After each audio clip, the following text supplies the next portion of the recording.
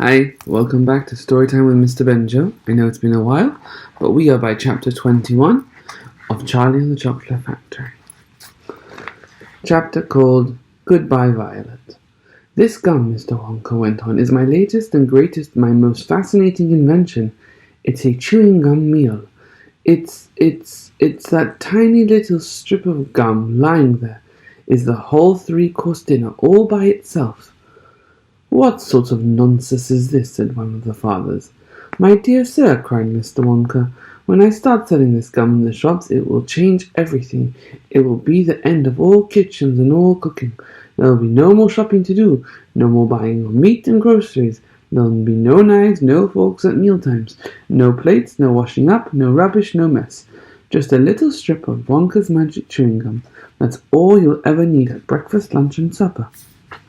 This piece of gum I've just made happens to be made of tomato soup, roast beef, and blueberry pie. But you can have almost anything you want. What do you mean it's tomato soup, roast beef, and blueberry pie? Said Violet. If you were to start chewing it, said Mr. Wonka, then that is exactly what you would get on the menu. It's absolutely amazing. You can actually feel the food going down your throat and into your tummy. And you can taste it perfectly, and it fills you up. It satisfies you. It's terrific. It's utterly impossible, said Veruca. Just so long as it's gum, shouted Violet. Just so long as it's a piece of gum, and I can chew it, then that's it for me. And quickly she took her own world record piece of chewing gum out of her mouth and stuck it behind her left ear. Come on, Mr. Wonka, hand over this magic gum of yours, and we'll see if the thing works. Now, Violet, said her mother, let's do anything silly, Violet. I want the gum, said Violet. What's so silly? I would rather you didn't take it, said Mr. Wonka. You see, I haven't got it quite right yet. There are still one or two things. Oh, to blazes with that, said Violet, and suddenly, before Mr. Wonka could stop her, she shot out a fat hand and grabbed the piece of gum from the little drawer and popped it into her mouth. At once, her huge, well-trained jaws started chewing it. Don't, said Mr. Wonka. Fabulous, shouted Violet. It's tomato soup. It's hot and creamy and delicious. I can feel it running down my throat. Stop, said Mr. Wonka. The gum isn't ready yet. It's not right. Of course it's right. It's working beautifully. Oh my, what lovely soup this is. Spit it out, said Mr. Wonka. It's changing, shouted Violet, chewing and grinning both at the same time. The second course is coming up. It's roast beef. It's tender and juicy. Oh boy, what a flavor. The baked potato is marvelous too. It's got a crispy skin and it's all filled with butter inside. But how interesting, Violet, said her mother. You are a clever girl. Keep chewing, baby, said Mr. Bernard. Keep right on chewing. This is a great day for our family. Our little girl is the first person in the world to have a chewing gum meal. Everybody was watching Violet as she stood there chewing this extraordinary gum. Little Charlie Bucket was staring at her absolutely spellbound, watching her huge rubbery lips as they pressed up and down with the chewing. And Grandpa Joe stood beside him, gasping at the girl. Mr. Wonka was wringing in his hands, saying, No, no, no, no, no, no. It's not ready for eating. It isn't rice. You must do it. Blueberry pie and cream, shouted Violet. Here it comes. Oh my, it's perfect. It's beautiful. It's exactly as though I'm swallowing it, as though I'm chewing and swallowing a great spoonful of the most marvelous blueberry pie in the whole wide world. Good heavens, girl, cried Mrs. Beauregard, suddenly staring at Violet. What's happening to your nose? Oh, be quiet, mother, and let me finish, said Violet. It's turning blue, she screamed her mother. Your nose is turning blue as a blueberry. Your mother is right, said her father. Your whole nose has gone purple. What do you mean, said Violet.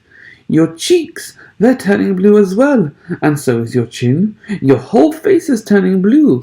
Spit that gum out at once, said her father. "Mercy! Save us!" yelled her mother. "The girl's going blue and purple all over. Even her hair is changing violet."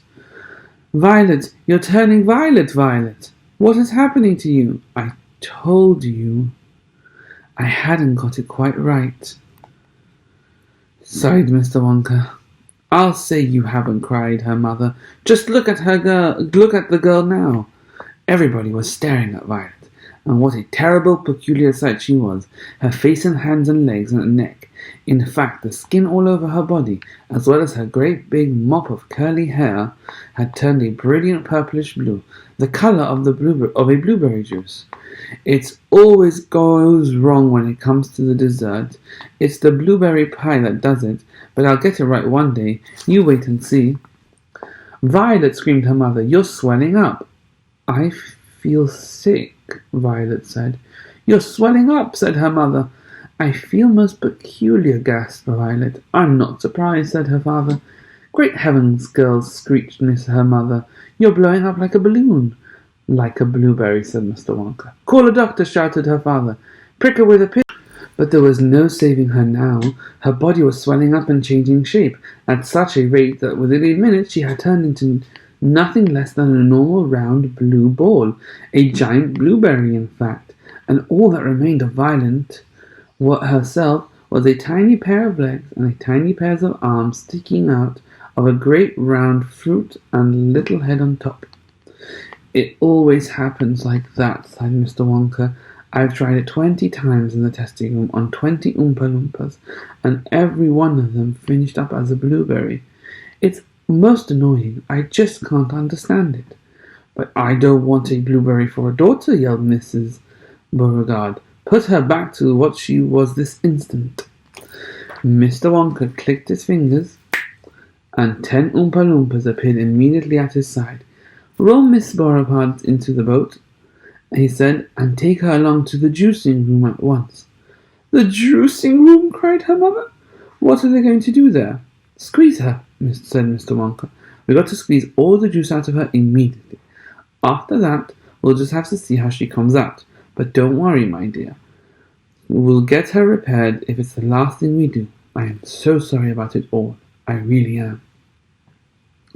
Already 10 Oompa Loompas were rolling the enormous blueberry across the floor of the inventing room towards the door that led to the chocolate river where the boat was waiting. Mr. and Mrs. Beauregard hurried after them.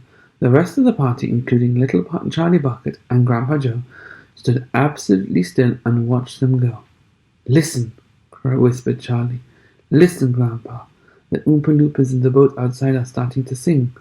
Their voices, 100 of them singing together, came loud and clear into the room.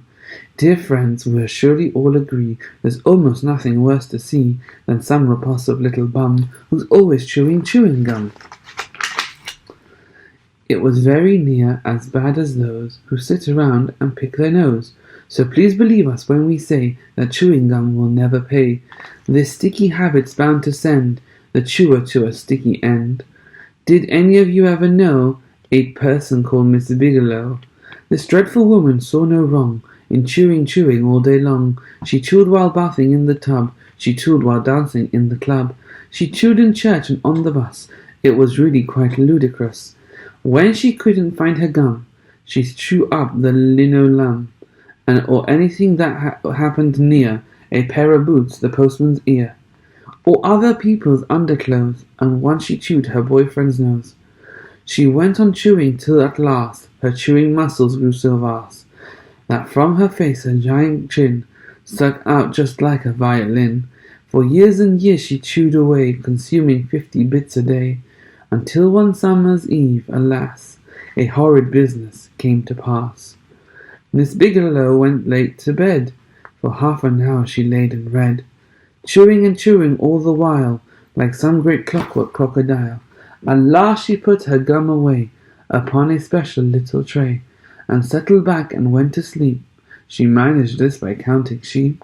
But now how strange, although she slept, those massive jaws of hers still kept on chewing through the night, even with nothing there to bite.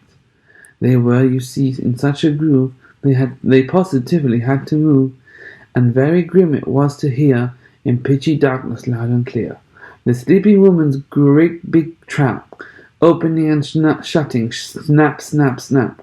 Faster and faster, chop, chop, chop, the noise went on, it wouldn't stop, until at last the jaws decided to pause and open extra wide, and with the most tremendous chew, they bit the lady's tongue in two. Thereafter, just for chewing gum, Mrs. Bigelow was always done, and spent her life shut up in some disgusting sanatorium. And that is why we try so hard to save Miss Violet Beauregard from suffering an equal fate. She's still quite young, it's not too late. Provided she survives the cure, we hope she does. We can't be sure. That was the end of chapter 21. Come back for chapter 22.